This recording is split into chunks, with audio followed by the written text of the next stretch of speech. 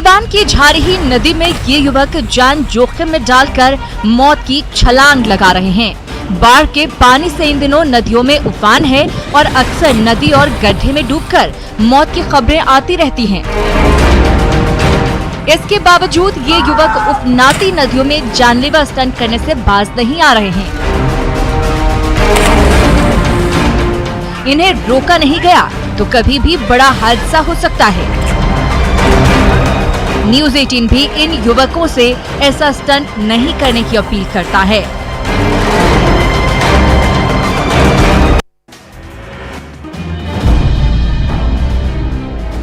कोसी के कहर में हजारों गांवों का नामो निशान मिट गया है। चारों ओर तबाही मची है। तो सहरसा के चितवन गांव में बाढ़ की तबाही के बीच ये है कबड्डी का मैदान, जहां पानी ने जिंदगी की रफ्तार रोक दी है। कहीं भी आने जाने का रास्ता नहीं बचा है। तो ये बच्चे कबड्डी के जरिए जिंदगी में जिंदा दिली की तलाश कर रहे हैं। एक तरफ बाढ़ का पानी जिंदगी छीनने की कोशिश कर रहा है, तो ये बच्चे उछल कूद और चूहलबाजी के जरिए जीने का रास्ता ढूंढ रहे हैं।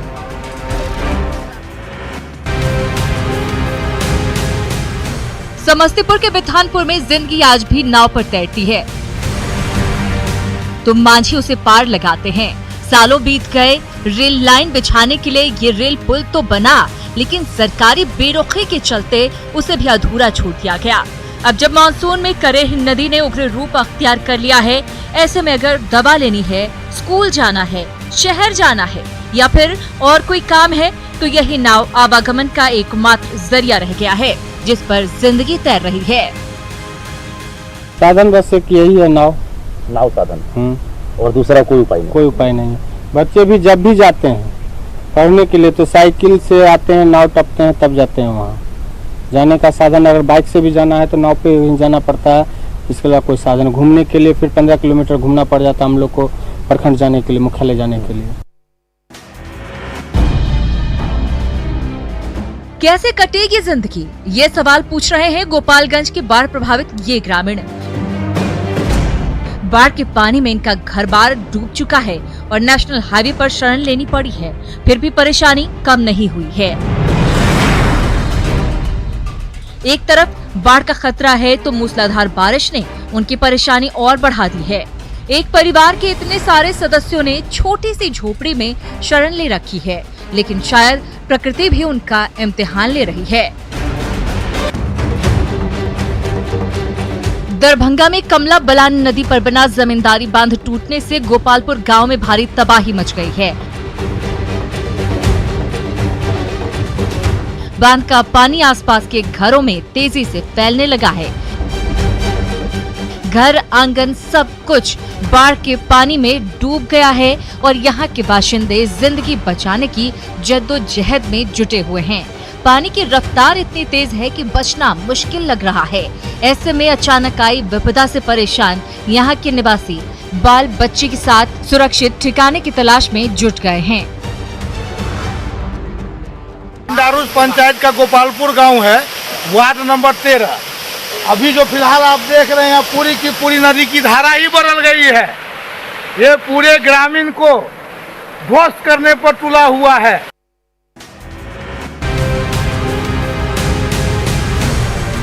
गोपालगंज में सिकटिया के पास इस बांध से पानी का रिसाव लगातार हो रहा है। ऐसे में आसपास बसे ग्रामीणों के होश उड़ गए हैं।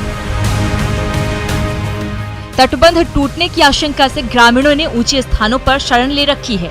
3 साल पहले भी बाढ़ के दबाव में ये बांध टूटा था और भारी तबाही मची थी। फिलहाल जिस तरह से गंडक नदी का जलस्तर बढ़ रहा है, ऐसे में ग्रामीणों की चिंता बढ़ने लगी है। छड़की को बचाना नितांत आवश्यक है। यदि ये छड़की नहीं बचता है तो 2017 में जिस तरह केवल गोपालगंज ही नहीं बल्कि सिवान और छपरा का इलाका पूरा बाढ़ से प्रभावित हो गया था, ठीक वही इतिहास दोहराने से इनकार नहीं किया जा सकता है। छपरा के तटीय इलाके में गंडक नदी का जलस्तर घटने लगा है, लेकिन बाढ़ पीड़ितों की मुश्किलें कम होने का नाम नहीं ले रही। दर्जनों गांव अब भी पानी से घिरे हुए हैं और सैकड़ों घरबार डूब गए। परेशान बाढ़ पीड़ितों को अपना घर छोड़कर सारण तटबंध में शरण लेनी पड़ रही है, लेकिन उन्हें अब तक किसी तरह की कोई मदद नहीं मिली है। आने जाने के लिए नाव ही एकमात्र सहारा है। दिक्कत बा ये तो घर और में सब धूप ढाके सब सामान वामान सब नीचे सब भी भाज गल बाटे। बहुत दिक्कत हो गल बाटे हमनी के, सुते बैठे के खाना पीना के सब चीज के दिक्कत हो गल बाटे। बहुत दिक्कत हो गल बाटे। समस्तीपुर के बिथान प्रखंड के बाशिंदे एक तरफ करे है तो दूसरी तरफ कोसी नदी के कहर से परेशान हैं। बीच में ये बांध संजीवनी का काम करती है। साल के 8 महीने तो यहाँ के लोग पक्के मकान में रहते हैं, लेकिन मानसून के दौरान बाढ़ के कहर के बीच 4 महीने तक इन्हें अपना घर बार छोड़कर बांध पर कुछ इस तरह से गुजर बसर करना पड़ता है। आजादी के 73 साल बाद भी समस्तीपुर की बड़ी आबादी आफत की बाढ़ से जूझने को मजबूर है। कितने दिन पानी यहाँ बांध पर यहाँ रही 4 महीना। घर पर 8 महीना। क्या जगह घर बनवे छिए? 2 जगह। अच्छा, वहाँ पक्का का मकान है? हाँ। यहाँ झोपड़ी का रही? हाँ। गोपालगंज के सैकड़ों गांव बाढ़ के पानी में डूब गए हैं, तो बाढ़ प्रभावितों को घर बार छोड़कर ऊंचे स्थान पर इस टेंट सिटी में शरण लेनी पड़ी है। यहाँ सिर छिपाने की जगह तो है, लेकिन और कोई सुविधा नहीं है। बीच बीच में बारिश हो रही है, उसका पानी भी अंदर घुस रहा है। यहाँ 2 चौकी पर गृहस्थी का सारा सामान रखा हुआ है। अब यही जिंदगी भर की जमा पूंजी बची है। इस सड़क पर टेंट के छोटे छोटे घरौंदे बने हुए हैं। बाढ़ पीड़ितों का अब यही घर संसार है। सब भीज गइल बा, उहे सरी आवत अनुकूल सामान। देखिए, इस कॉलोनी की तस्वीर आपको दिखाते हैं। इस कॉलोनी में प्लास्टिक से किसी तरीके से चौकी पे कुछ सामान रखा हुआ है, तो सब सामान बस यहीं लेके आ गई। हाँ। तो कैसे रहती हैं इसमें? कैसे रहते वहीं भीज के रहता। गोपालगंज में बाढ़ से बड़ी आबादी प्रभावित हुई है। घर बार सब डूब गए हैं, चूल्हा भी नहीं जल पा रहा है। ऐसे में बाढ़ प्रभावितों की भूख मिटाने के लिए रामपुर टेंगरही पंचायत में कम्युनिटी किचन खोला गया है, जहां हर दिन 1200 से ज्यादा बाढ़ पीड़ितों को पूरी सब्जी और चावल दाल खिलाई जाती है। आसपास के 4 युवकों को कम्युनिटी किचन चलाने की जिम्मेदारी दी गई है। कितना खाना बनाते हैं? कितना लोग? कभी बनाया इतना खाना? जी बनाए, बहुत बनाया है इसी काम में। यहीं पर भी बना रहे हैं। तो थकावट नहीं होती? नहीं, लोगों को सेवा करने में कैसा लग रहा है? आदत पड़ गया है, सब आदत पड़ गया है। तो आदमी को खाना बनाकर खिलाने में आदत पड़ गया है। भोजपुर के कई गांव आज भी एक अदद सड़क और पुल के लिए तरस रहे हैं। ऐसे में बारिश के दिनों में वहां तक पहुंचना लोहे के चने चबाने से कम नहीं होता। दरअसल गढ़हनी प्रखंड के कई गांव बनास नदी के उस पार बसे हैं। बारिश में जब नदी का जलस्तर बढ़ जाता है तो उससे गुजरना खतरे से खेलने जैसा होता है। सबसे ज्यादा परेशानी बुजुर्गों, मरीजों और गर्भवती महिलाओं को होती है, जिन्हें इलाज के लिए नदी के बीच से गुजरना पड़ता है। सिहार है, बरघारा है, हदियाबाद है, 3-4 गांव है जो मुख्य रूप से इसी रास्ते से जाता है और 2 नदी पड़ता है। यह मेन ब्रांच है बनास नदी, इसमें सालों पानी रहता है। और एक और इसके बगल में एक और नदी है, बरसाती नदी है जिसको सहिला बोलते हैं। तो गर्मी के दिनों में तो पानी कम रहता है, लेकिन अभी जल स्तर काफी बढ़ जाता है, तो तैर कर ही आप जा सकते हैं या आ सकते हैं। कटिहार में महानंदा नदी विकराल रूप धारण करती जा रही है, तो ऐसे में मनिहारी के दर्जनों गांव अस्तित्व बचाने के लिए संघर्ष कर रहे हैं। नदी की तेज धारा बस्तियों तक पहुंच गई है और आने वाले कुछ दिन में इनका नामो निशान मिटना तय माना जा रहा है। कटाव को लेकर चारों ओर कोहराम मचा हुआ है और प्रभावित ग्रामीणों के चेहरों पर दहशत साफ नजर आ रही है। पूरा गांव की सर, पूरा ये 2-3 गांव कट जाएगा अगर कार्य को नहीं किया जाए। मान लिया या बोल्डर पिचिंग हो या एक काम होता है सर, ये क्या बोलता है, ठोकर होना चाहिए सर, या बोल्डर फिशिंग होना चाहिए। अगर हो जाता है तो सर गांव बच सकता है। पूर्णिया जिला प्रशासन ने जब फरियाद नहीं सुनी तो जिंदगी बचाने के लिए ग्रामीणों ने खुद कमर कस ली और जुट गए बेलगाम नदियों को बांधने में। चनकी नदी के पास कनकई नदी कहर बरपा रही है। कई घर नदी में विलीन हो चुके हैं तो और घर समाने वाले हैं। ऐसे में यहाँ रहने वाले बाशिंदों की मुश्किलों का ठिकाना नहीं है। कई जनप्रतिनिधि आए और हालात देखकर लौट गए। जब कोई पहल नहीं हुई तो प्रभावित ग्रामीण बांस और झाड़ी के जरिए कटाव रोकने की कोशिश में जुट गए हैं। ये घर तकरीबन 1 माह से नदी के चपेट में है और पूरे गांव वाले इसके लिए कोशिश कर रहे हैं कि किसी भी तरीके से इसको बचा लिया जाए। इसके लिए पूरे गांव वाले मिलजुल के जय साहब से बात किए, स्कूटी से बात किए, कर्मचारी से बात किए। ये लोग आश्वासन पे आश्वासन दे रहे हैं कि हम लोग आएंगे, लेकिन 1 माह तक अब तक यहाँ नहीं पहुँचे हैं।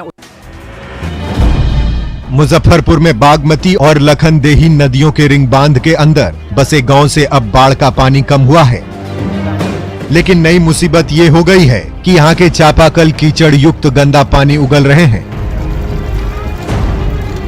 जो कहीं से पीने लायक नहीं है। घंटों चापाकल चलाने के बावजूद इसी तरह का मटमैला पानी ही आ रहा है।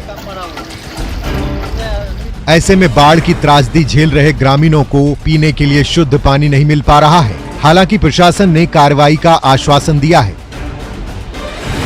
जहां पे भी ये शिकायत है, सभी अंचल अधिकारी को ये निर्देश दिया जाएगा कि वहां पे व्यक्तिगत रूप से अभिरुचि लेकर के उन क्षेत्रों में पर्याप्त मात्रा में हैलोजन टैबलेट्स वितरित कर दें। कोरोना के कहर ने समस्तीपुर में मखाना की खेती करने वाले किसानों की कमर तोड़कर रख दी है। लॉकडाउन के चलते बाजार बंद हैं, तो मखाना का कोई खरीदार नहीं मिल रहा है। ऐसे में अपनी पूंजी निकालने के लिए किसान किसी भी कीमत पर मखाना बेचने को तैयार हैं। पिछले साल मखाना का दाम प्रति क्विंटल 13,000 रुपए मिला था, तो इस साल 6,000 रुपए मिलना भी मुश्किल हो गया है। ऐसे में कड़ी मेहनत कर मखाने की खेती करने वाले किसान बेहद परेशान हैं। इस बार लॉकडाउन के चक्कर में सब हर एक किसान परेशान है।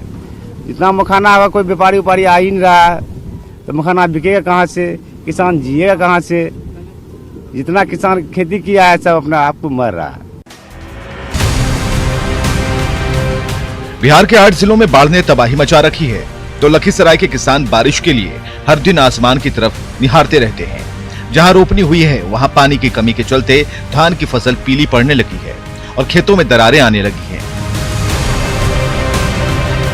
परेशान किसान महंगी कीमत पर डीजल खरीदकर खेतों की प्यास बुझाने की कोशिश कर रहे हैं,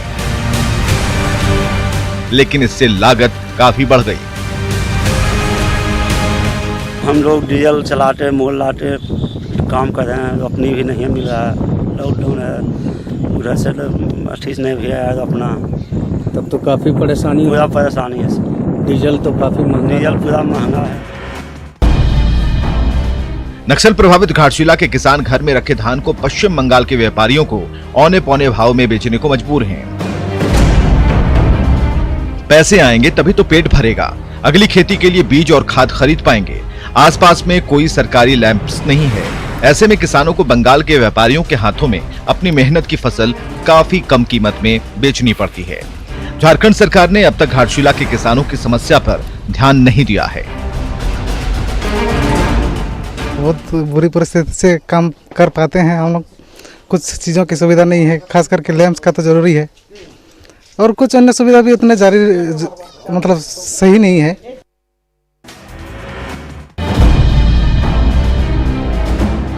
मधेपुरा के पास ये NH 106 का नजारा है। सड़क के दोनों ओर बाढ़ का पानी फैलता जा रहा है, तो दूसरी तरफ लगातार हो रही बारिश ने मुश्किलें और बढ़ा दी है। सड़क की हालत ऐसी हो गई है कि हर तरफ गड्ढे ही गड्ढे नजर आ रहे हैं। यहां से गुजरना मुश्किल हो गया है और सड़क हादसों की तादाद बढ़ती जा रही है। हालांकि प्रशासन ने हालात नियंत्रण में होने का दावा किया है। फिर से बाढ़ का खतरा लगता बढ़ गया है। पानी की स्थिति थोड़ी बनी हुई है, अभी स्थिति कंट्रोल में है, अभी पानी जा रहा है। लेकिन जिस ढंग से बारिश तेज हुई है वो लगता है कि फिर से जो है वो बाढ़ आने की संभावना से इनकार नहीं किया जा सकता। पटना रांची नेशनल हाईवे 20 की हालत खतरनाक होती जा रही है।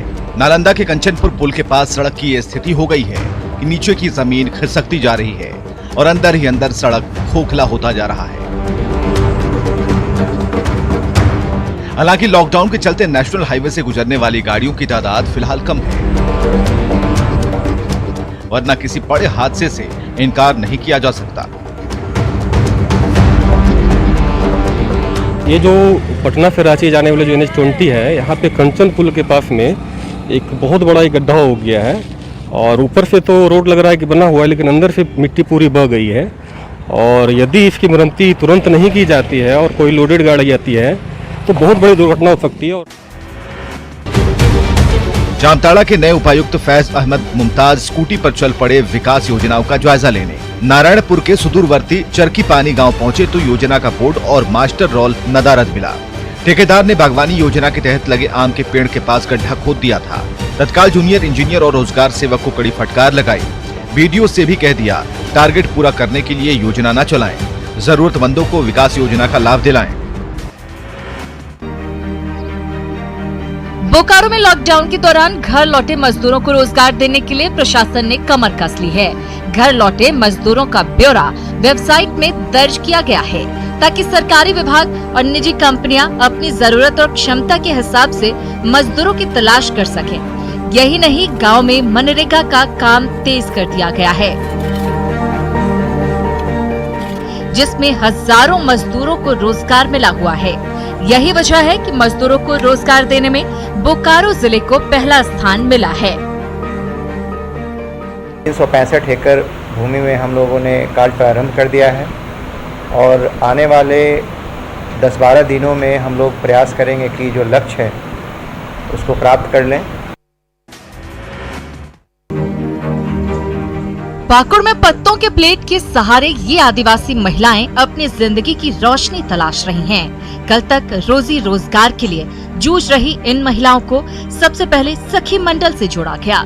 स्टार्टअप विलेज एंटरप्रेन्योरशिप प्रोग्राम के तहत 50,000 रुपए की मदद मिली, मशीन खरीदी गई और फिर शुरू हुई प्लेट की पैकिंग और मार्केटिंग। आसपास के मार्केट में इसकी काफी डिमांड है। पीएम के लोकल को वोकल मंत्र को आत्मसात करते हुए सखी मंडल की दीदियां अब स्वरोजगार का सफर तय कर रही हैं। एक समूह में 12 महिलाएं हैं जो 12 महिलाएं मिल करके इस काम को अंजाम देती हैं, जिससे कि इनका एक बंडल में 50 के आसपास या 100 के आसपास जो है पत्तल तैयार होता है और उसमें लागत जो है प्रत्येक बंडल का 50 रुपया पड़ता है और ये लोग उसको 100 रुपये बंडल में बेचते हैं, जिससे कि 50 रुपये का फायदा इनको एक बंडल में। हजारीबाग में कोरोना का कहर थमने का नाम नहीं ले रहा है। मरीजों की संख्या लगातार बढ़ती जा रही है। ऐसे में महामारी की रफ्तार रोकने के लिए व्यवसायियों ने दोपहर 1 बजे के बाद दुकानों और बाजारों को बंद करने का फैसला लिया है। हालांकि हजारीबाग जिला प्रशासन ने सुबह 7 बजे से शाम 7 बजे तक दुकान खोलने की छूट दे रखी है। इसके बावजूद व्यवसायियों ने स्वेच्छा से ये फैसला लिया है। इस वास्ते हम लोग अपने खुद सुरक्षा और प्लस ग्राहक के सुरक्षा के लिए हम लोग दिन में 8 बजे सुबह से लेकर 1 बजे तक ही दुकान खुला रखने का निर्णय लिए गए हैं। इसके बाद आगे का रणनीति हम लोग आपस में बैठ के किया करेंगे।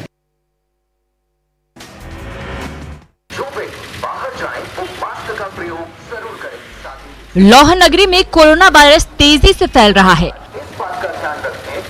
अब तक 800 से भी ज्यादा कोरोना पॉजिटिव मरीज सामने आ चुके हैं। ऐसे में प्रशासन की ओर से अनोखे अंदाज में लोगों को जागरूक किया जा रहा है।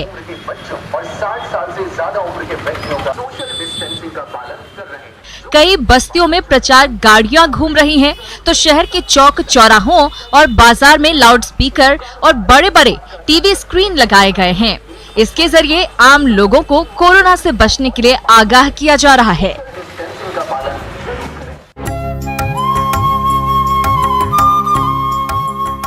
देवघर के बाबा बैद्यनाथ मंदिर की कई विशेषताएं इसे अन्य शिव धामों से अलग पहचान देती हैं। यहाँ शिव और शक्ति के साथ साथ लक्ष्मी नारायण मंदिर भी मौजूद है।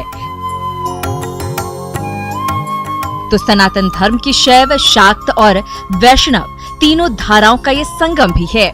जानकारों के मुताबिक बैद्यनाथ मंदिर की बनावट श्री यंत्र पर आधारित है। मुख्य मंदिर में शिव और शक्ति एक साथ विराजमान हैं। यही वजह है कि बैद्यनाथ मंदिर की पहचान पवित्र 12 ज्योतिर्लिंग के साथ साथ देश के पवित्र शक्तिपीठ के रूप में भी की जाती है।